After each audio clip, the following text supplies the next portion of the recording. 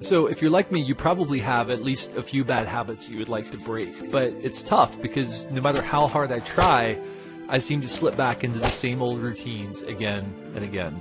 In the last decade, we've learned a lot about how habits work. That's Charles Duhigg, author of the book, The Power of Habit. And in particular, we've learned the neurological structure of a habit. He says that we tend to think of habits as a single thing, but actually, each habit has three components. There's a cue, which is like a trigger for a behavior to start. And then there's a routine, which is the behavior itself.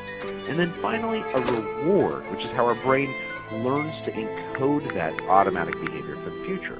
And one of the big differences is that for years when people thought about habits, they focused in on the routine, on the behavior.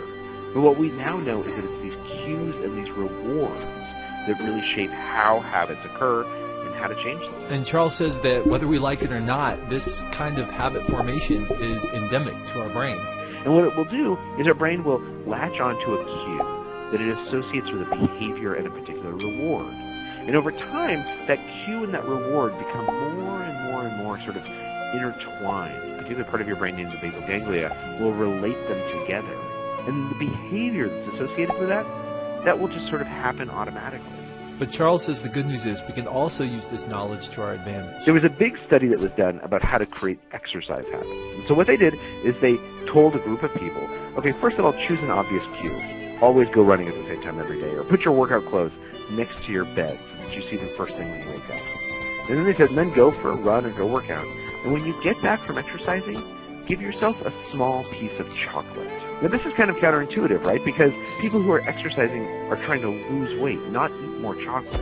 And yet what the researchers knew is that their brain needed that reward. Their basal ganglia needed some reward. And what they found was that people who ate a small piece of chocolate after coming home from a run or a workout, they were much more likely to start exercising habitually.